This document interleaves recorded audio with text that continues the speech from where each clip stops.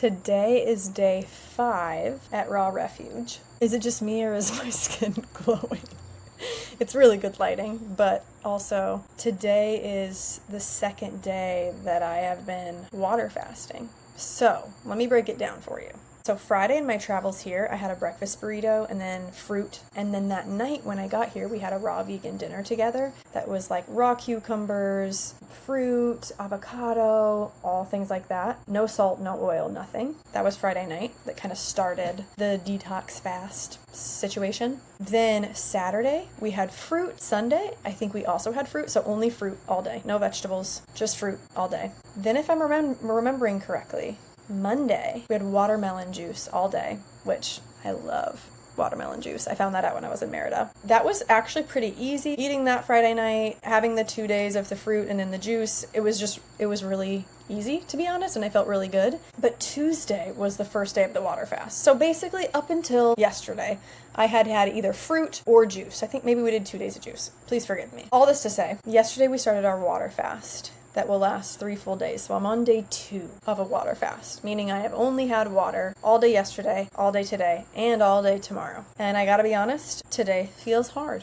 I woke up feeling very weak. We were supposed to go to a national park, long walk to a beach, and we had to cut the walk a little bit short because we were so tired. It was fine. We still got a long walk in and hung out by the beach. The ocean is so warm. In San Diego, the ocean is freezing. It was like bath water. And we were just in the sun, getting all of our energy from water and the sun and the earth. And it's really great that we're all in this together. It's very helpful to have other participants here. There's 2 other participants here right now who are doing the exact same fast as I'm doing. And then the facilitators are here. They're not fasting with us, but they eat a raw vegan diet. They just have raw fruits and vegetables, and they're not eating around us anyway. But it's just such a supportive place. Oh, I have so much to say. I'll start by talking about the challenges that are coming up. I definitely want to eat. Again, I'm not physically, like when you think about those like pains that come up around hunger, it's not an intense ache or anything like that. It just feels like a little bit of weakness in my body. I just feel myself wanting and fantasizing about food. I'm to the point where I'm fantasizing again about a Kalima's California burrito. That's apparently my number 1 food fantasy that always comes up. That's what came up in Merida. That's what's coming up now. I've also been really craving cold cucumbers. So yeah, I'm definitely uncomfortable and everything in me wants to eat. Last night was kind of hard. I woke up more. Sometimes when you're fasting, your sleep can be disrupted a little bit. I slept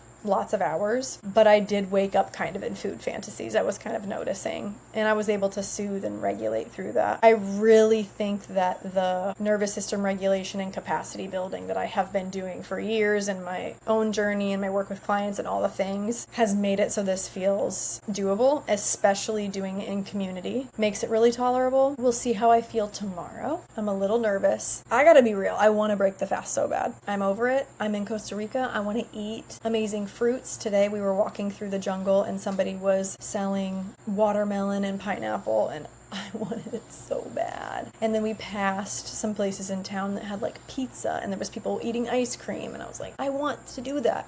What makes this a little bit easier for me is that I know I'm gonna have time to have some of those foods after I leave here. But really, to let you guys into more of my motivation around this, I talked about this in my Merida videos, but if you're new here, I struggle with something that Western medicine calls PMDD. I don't function in the normal way that Western medicine does, that diagnoses people with things, and I don't function in that world. I don't think that's how the body works. I don't think there's these like diseases that just exist. They are symptoms to underlying issues, in my opinion, and I'm the root cause girly. This is what I do with my clients with mental health. They get diagnosed with depression, they get diagnosed with anxiety, OCD, all these things, and then we find that the root cause is repressed emotion, for example, and they don't need medication. They access their repressed emotion, they build their nervous system's capacity and safety, and then their depression is gone, for example. And I think the same is true with our physical health, which is why I'm here. I came here because I know that there are experts out there who are great at finding the root cause of physical symptoms. And mine is maybe hormonal, maybe histamine.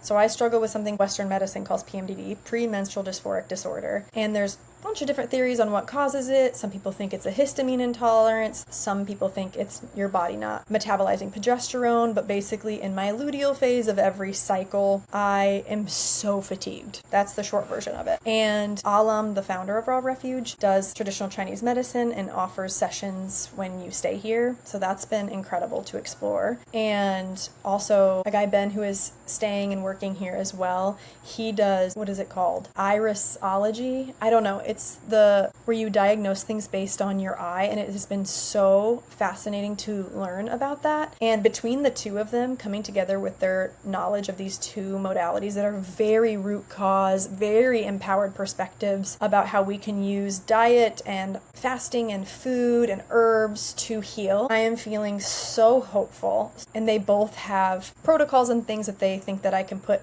into place to heal my PMDD. So that'll be a different series that I do, but just so you know, they're so helpful in not just slapping a diagnosis on you and going, well, they're like, no, this can be healed. The human body is designed to heal. They're here to help heal, which is so incredible. So in their diagnostic things, there was a lot of things that came up that was wrong with me, but the liver was something that really came up. So I'll probably be doing a more strategic liver cleanse and a colon cleanse after I leave this retreat. I'm kind of just playing it by ear, but I've been absolutely mind blown that we can survive on fruit and feel really good. And I'm just seeing all the benefits of going to a raw diet, even just for a short period of time. This will absolutely be something that I take back with me, that when I'm feeling sluggish or fatigued or something's off, I don't necessarily need my first line of defense to be going to a doctor where they're just going to throw me a medication. Now I feel empowered enough to introduce raw foods for a period of time to let my body reset and let my body heal